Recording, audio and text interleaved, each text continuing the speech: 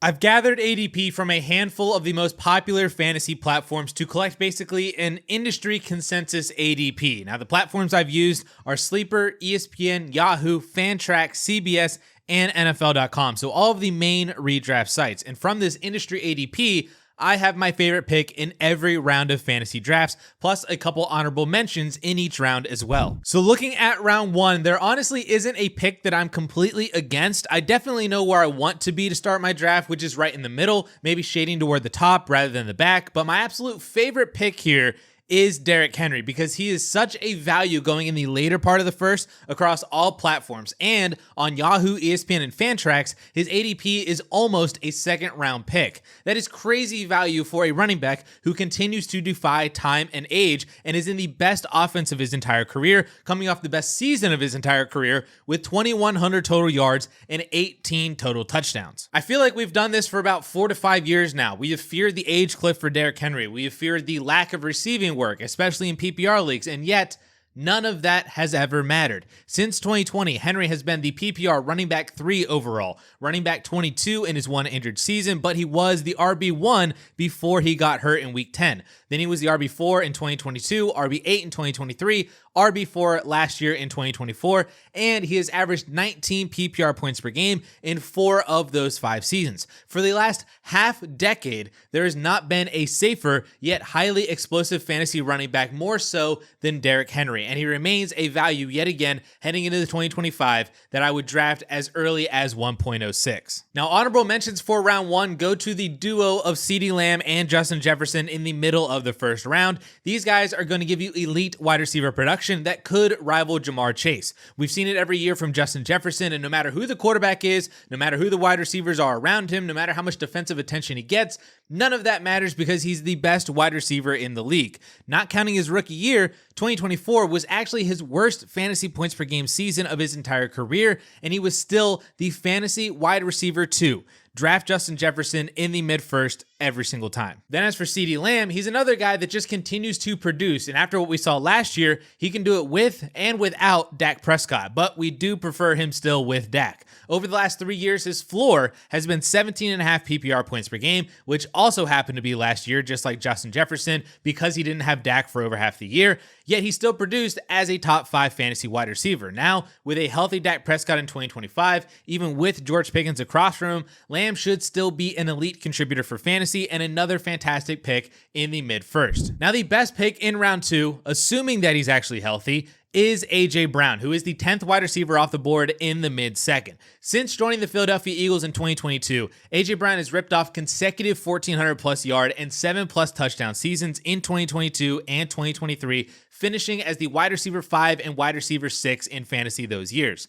Then in 2024, the very scary year that Philly didn't need to throw as much because Saquon Barkley rushed for 2,000 yards. Him and Jalen Hurts combined for like 40 rushing touchdowns. And in a year, A.J. Brown missed 4 games, he still put up almost 1,100 yards and 7 touchdowns, which over a 17-game pace is once again over 1,400 yards and 9 receiving touchdowns. So for all intents and purposes, A.J. Brown has never produced below 1,400 yards or 7 touchdowns in a single season with the Philadelphia Eagles, including last year, which was a season where the Eagles rushed the ball at a historic rate of 621 total rush attempts, which is not only the most team attempts since at least 2010, but they're the only team that was over 600 attempts in a single season. And in some years, the league leader didn't even eclipse 550 rush attempts. Philly rushed the ball 621 times last year. That is not happening again. I'm saying all of this to say, A.J. Brown is an elite NFL and fantasy wide receiver, and you should not be fading him just because of his age or what happened last year or because of the hamstring injury that he's been nursing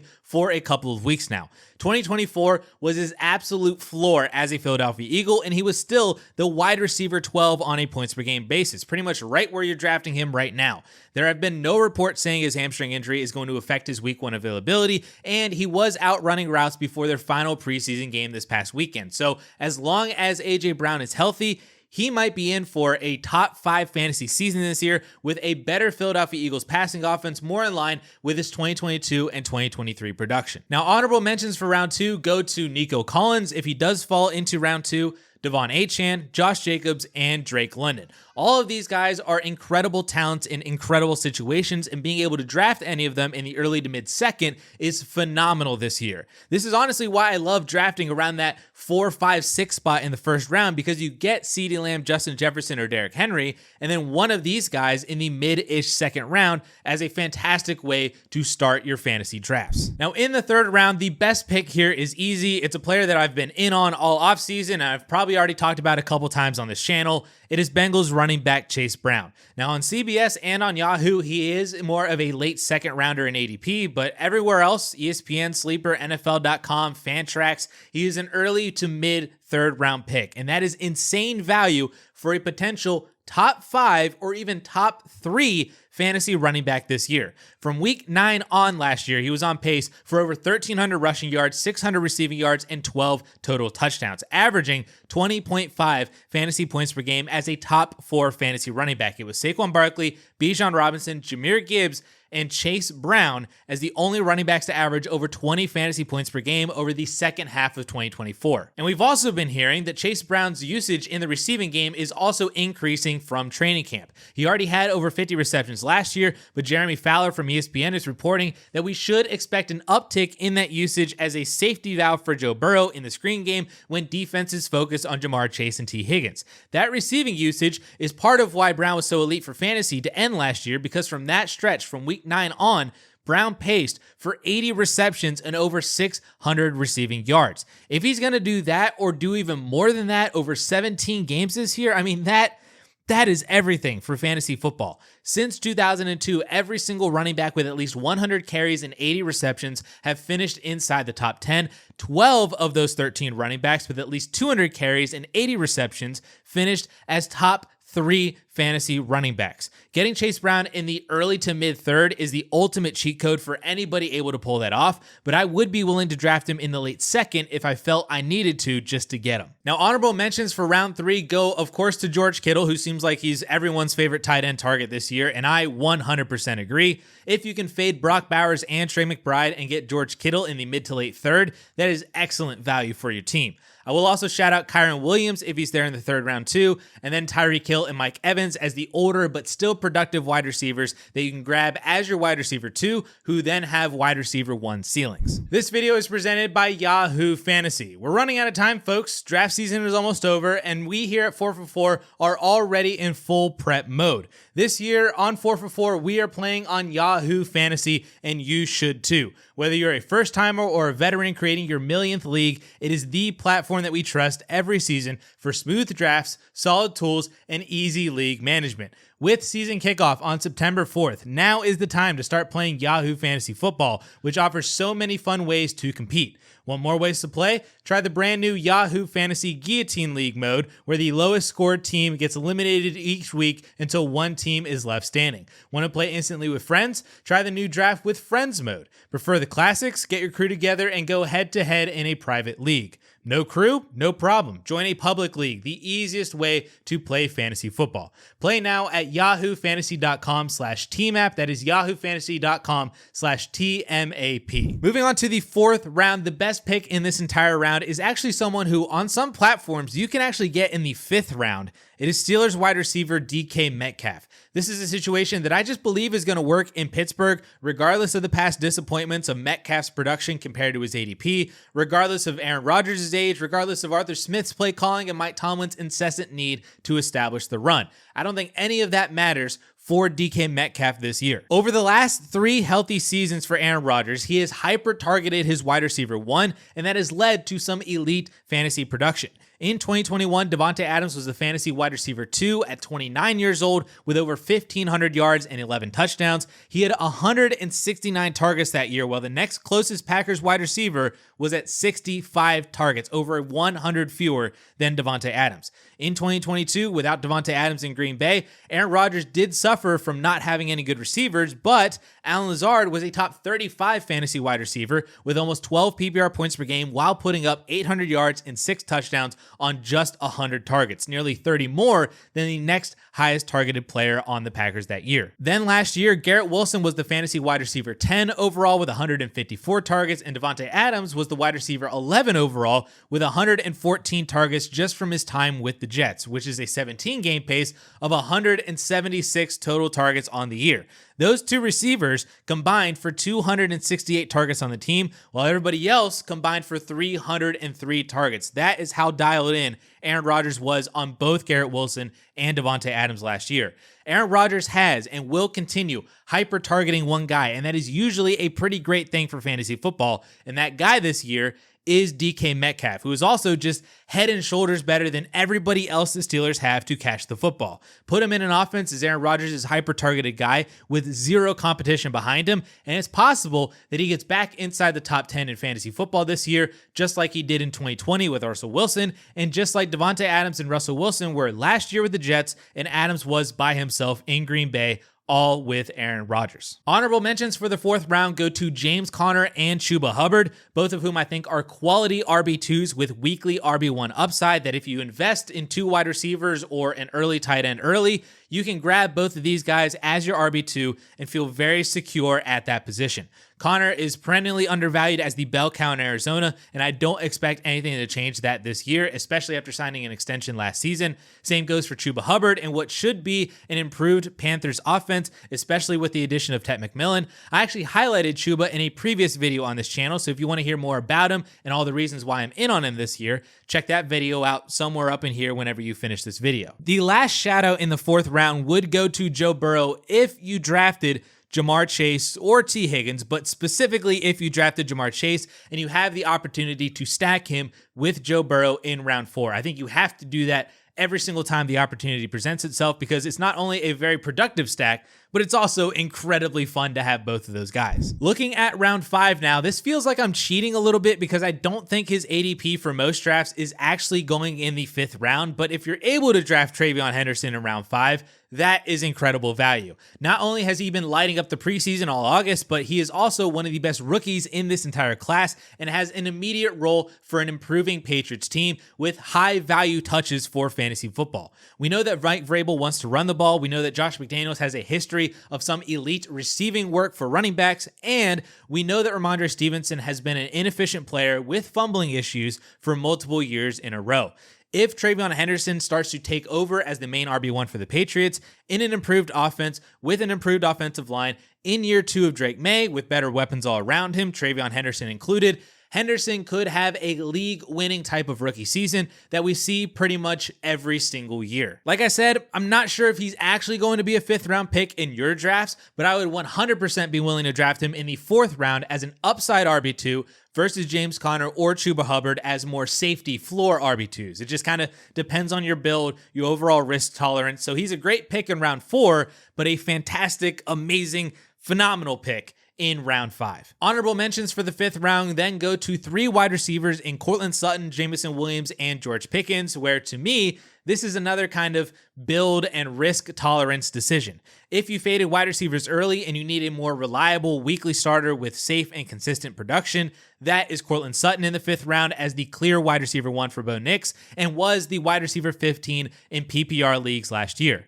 If you're looking for league-winning upside, that's Jameson Williams as a pseudo kind of third-year breakout wide receiver since he did miss his rookie year, so this is kind of his 3rd year, entering his 4th, total season overall since college. But all reports from the Detroit Lions training camp are saying that he looks phenomenal and he's growing as a receiver and as a route runner. He was great last year on still kind of limited targets, but if he grows more in 2025 on top of the speedster role that he's already so great at, he could be a top 10 fantasy wide receiver easily this season. Then George Pickens kind of feels like a blend of both, where he can kind of be more of a possession-y PPR receiver as the wide receiver 2 in Dallas with all the passing volume they'll have and all the defensive attention that CeeDee Lamb is going to get. So he could be a solid wide receiver 2 production kind of guy most weeks, but he also has the big play and touchdown upside that we saw in Pittsburgh, but now he's in an actually good offense with a way more accurate quarterback to make those plays happen more often. So depending on your own build, your own tolerance, All 3 wide receivers are great picks in round 5. Moving on to round 6, this is actually such a good round filled with a ton of great picks, so I'm just going to run down through all of them just really quickly. So the first is Tet McMillan as an easy selection in the 6th rounder if he is there. On most platforms, he is more of a 5th rounder, and what drops his average in this consensus ADP are ESPN and NFL.com. So if you are drafting on those platforms, please take advantage of Tet McMillan's 6th round ADP. But if Tet McMillan is there in the 6th round on any of your drafts, he is an auto smash in the 6th round. The other rookie wide receiver in Travis Hunter is also a great pick, even though he's the wide receiver 2 with Brian Thomas Jr., and he's going to play snaps on defense too. I'm just way less concerned about either of those things because I actually think that he can play a lot of snaps on both sides, and personally, I believe he's a better wide receiver than defensive back and can make a bigger impact for the Jaguars team themselves on offense rather than defense. If he plays 70% of snaps offensively consistently with his talent in a Liam Cohen offense and with the lack of targets behind him and Brian Thomas Jr., Hunter could be an absolute steal in this 6th round. And let's not forget the rookie running back RJ Harvey, who got a lot of run with the ones in preseason, and if he continues getting that role in season as a dynamic rusher and receiver out of the backfield in a Sean Payton Denver Broncos offense, Harvey is a high upside pick here as your RB3, maybe even your RB2, depending on how your draft actually goes. Then I've also called Calvin Ridley this year's Terry McLaurin with the addition of rookie quarterback Cam Ward, and I think I would label him as the best pick in the 6th round because he's the one that so far, if we've talked about, I think he's the most likely to be here in this round, and he has the known production in the NFL, plus the top 10 wide receiver upside if he is more productive with a much better quarterback.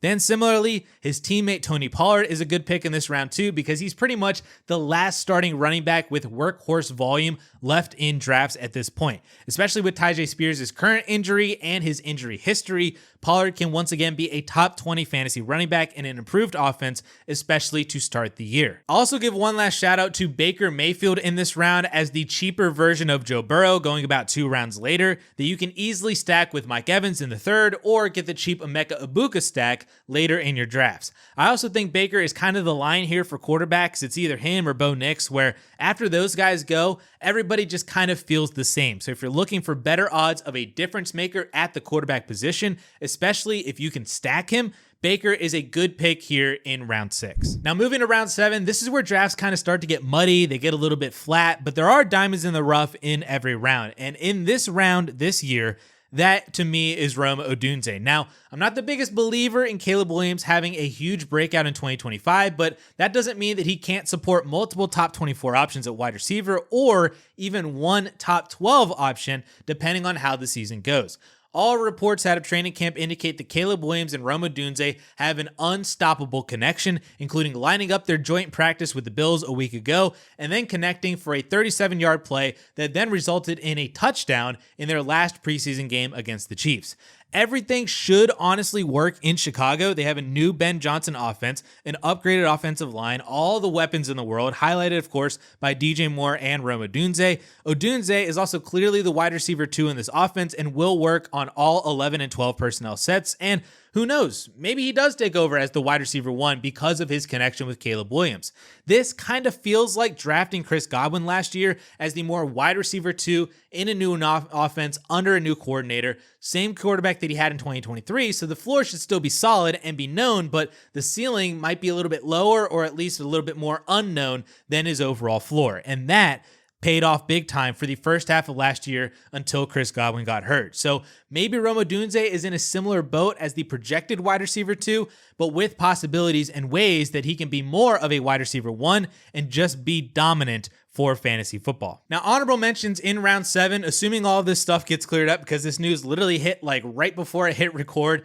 Hopefully, Jacoby Myers as the Raiders wide receiver 1 in what is hopefully a better Raiders offense with a quarterback upgrade. If he is still on the team after requesting a trade, but if he is still on the team, he's a very solid floor wide receiver with some PPR upside in weeks that he has 7, 8, 9 or more catches.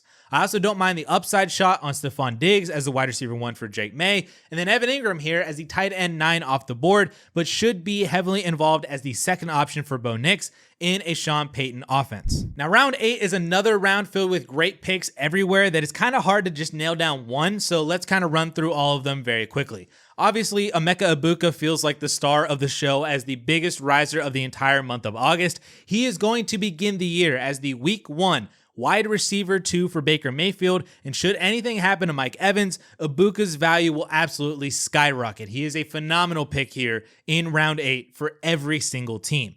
Fellow rookie receiver Matthew Golden is another Week 1 starter going a little undervalued in drafts right now. Now, I'm not the biggest Matthew Golden fan, but I can't deny the opportunity that has been placed right before him as a first-round pick with an injured Jaden Reed, an injured Dontavian Wicks, and an injured Savion Williams, plus the rumors of Romeo Doubs being a trade candidate before the season starts. Golden was already a Week 1 starter before the injuries just because of draft capital and pretty solid preseason and training camp performances, but with the injuries added in, his target share will increase to start the year, and hopefully that kickstarts a really good rookie campaign for him even when the other guys come back. The third rookie in this round, Tyler Warren at the tight end position, may be the best late round tight end of the 2025 season. He is an absolute beast of a player and has dominated both training camp and preseason all month now. And with the news of Daniel Jones being the Colts starter, I think that's a good thing for all of the receiving weapons in Indy, especially Tyler Warren. Then we have Ricky Pearsall, another high upside pick here as he seems like the only currently healthy receiver in San Francisco. We already saw flashes of greatness at the end of last year, and if the targets are really that open for Pearsall to start the year strong, he is a tremendous pick this late in drafts. Getting into the 9th round, to me, the best pick here is the other best late round tight end pick in Tucker Kraft. So if you missed out on Tyler Warren or you wanted to go for that upside wide receiver in the 8th, then you're able to grab Tucker Kraft in the 9th and have just as much potential at the tight end position. As I already mentioned, the Packers wide receivers are dealing with a lot of injuries right now that have opened this things up for Matthew Golden, but also opens up for Tucker Kraft as well. And the other positive for Tucker Kraft is that he only needs to compete for targets on this team, whereas the other receivers have to compete for snaps and then compete for targets once they're on the field. This Packers wide receiver by committee approach can be absolutely maddening for fantasy managers, but none of that really affects Tucker Kraft, who should be out there 80 to 90% of the time as the starting tight end for the Packers, and we already know what he can do with the ball in his hands. We actually saw his upside at the start of last season. From weeks 1 through 8 with a healthy Jordan Love, Tucker Kraft was the tight end 5 in PPR leagues, averaging over 11 fantasy points per game. It wasn't all that consistent, but a lot of tight ends really aren't if they aren't the top few guys, but he had a few big games that seriously helped you win your week if you started him those games. If Kraft can continue having those big games and then also hopefully raising his floor a little bit so he doesn't have kind of like 3 and 4 point fantasy performances, they're more like 6, 7, 8 fantasy point performances, he could be a top 5 tight end easily in 2025 as a 9th round value that is absolutely tremendous. Now, honorable mentions in round 9 for me go to Dak Prescott as a comeback player of the year candidate, both in real NFL and for fantasy football. Every year Dak has been healthy since 2019. He has been a top 7 fantasy finisher, including 2 top 3 fantasy finishes, especially if you drafted CeeDee Lamb in the first round and you want to compete with the Burrow Chase stack, the Hurts AJ Brown stack, or the Baker Evans stack. Dak and Lamb have been extremely productive together over the last few years. I'll also throw out Jordan Mason's name here, more so because John Paulson loves him as the potential RB1B in Minnesota with a healthy Aaron Jones, but then the ultimate upside of being the RB1 in Minnesota if Aaron Jones does get hurt. Looking at the 10th round, this also feels like cheating because he is a 9th round pick on Sleeper and Yahoo, but his ADP is just all over the place on all the other platforms that he averages out to being in this 10th round range. But Zach Charbonnet has become one of my go-to later round running backs to target for the reasonable probability of a shared backfield in Seattle, plus the upside of being the backup to one of the most often injured running backs in the NFL today, so he can be a great fill-in starter when Kenneth Walker is hurt. But then the ultimate upside of what if Zach Charbonnet is just better than Kenneth Walker and Kubiak prefers Charb's availability and all-around talent more than Kenneth Walker. It's not unreasonable to assume that Walker's starting job isn't super secure right now, and Charbonnet could eventually take over by November or so and be an end-of-season league winner. At the very least, like I said, he is a great handcuff with flex viability even when Kenneth Walker's healthy, making him a great bench player at the most important position for fantasy football. Honorable mentions in round 10 go to Josh Downs and Jayden Reed, two very popular third-year breakout picks this year, especially Josh Downs and the news of Daniel Jones being the starter in Indianapolis. I am also still on board the Jayden Reed train, and I hope that he can get healthy soon and see more snaps in 2 wide receiver sets this year, because if that happens, the sky really is the limit for him. I also like the options of Drake May and Jordan Love as late-round quarterbacks, both of whom have inherent upside as potential top 10 producers. Love was actually the quarterback 5 in 2023, so we've already seen him do it before. And then Drake May has the improved weapons, the improved offensive line, and the rushing upside for 500 to 600 plus rushing yards that boosts his floor and his ceiling. Now, I'm not going to go round by round for the rest of this video because once you hit double-digit rounds, ADP just kind of gets thrown out the window and you just need to go and get your guys. But some of my favorite late-round players to draft this year are Austin Eckler as the new starting running back in Washington. I'm taking him every single time over Jacory Krosky-Merritt, who I also do like drafting, but I will take Austin Eckler first every single time. Tank Bigsby, Braylon Allen, and Trey Benson are all in similar situations to Zach Charbonnet as great handcuffs, but also have the ability to be weekly producers even when the starter is healthy. I would also look at Ollie Gordon and Will Shipley in the final round of your drafts for complete upside handcuff potential. You also have upside wide receivers like Marvin Mims, Kyle Williams, Jaden Higgins, and even Keenan Allen, who all could be top 30 wide receivers by the end of the year, possibly better if the season goes their way, or the two rookies have really strong end-of-season runs. I'll especially highlight Marvin Mims here. His usage in the preseason has been amazing to see, and I really hope that that continues in season because he is extremely talented. He just needs the opportunity. And if you waited this long for tight ends, Dallas Goedert, Zach Ertz, Hunter Henry, and yes, even Kyle Pitts are not bad options this late for a starter in week 1 with some upside. You could also look at guys like Mason Taylor, Theo Johnson, and Brenton Strange for true upside at the position rather than more floor guys like Goddard, Ertz, and Henry. So there we have it, the best pick or picks in every round of fantasy football drafts, including some of my favorite late round options in the double-digit rounds. But if you guys are still planning out your drafts and figuring out what you need to do at each one of your picks, you need to check out my last video, which highlights the best start to your draft at every single draft slot. So no matter where you are in the first round, I got you covered. And you guys can check out that video right up here.